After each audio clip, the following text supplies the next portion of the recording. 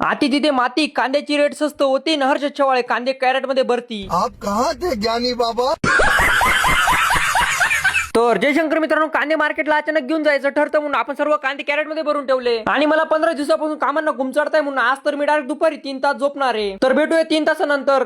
3 hours later. झोपून उठल्यानंतर कपडे वगैरे बदलून घेतले, कारण की आता ट्रॉली सोडून नागर जोडायचे.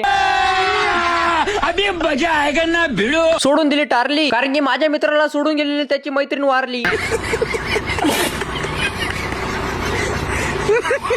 त्यानंतर नागर जोडण्यासाठी पाळणाही जोडून घेतला. छोट्या सिंबाला घेऊन निघालो नागर जोडायला जाण्यासाठी. गोष्टीमध्ये लाकूड तोड्याने लाकडं तोडले आणि आम्ही रिअल मध्ये नागर जोडले.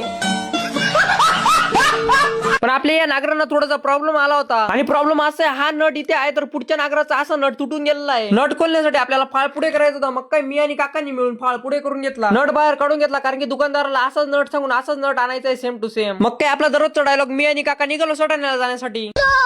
आणि सटाण्याला आल्यानंतर आपल्या आराध्य दैवत छत्रपती शिवाजी महाराजांचं दर्शन घेतलं. मग काय आपल्याला जो लागत होता तो नट घेऊन घेतला. आणि ब्लॉग जर आवडला असेल तर फॉलो करूनच घ्या.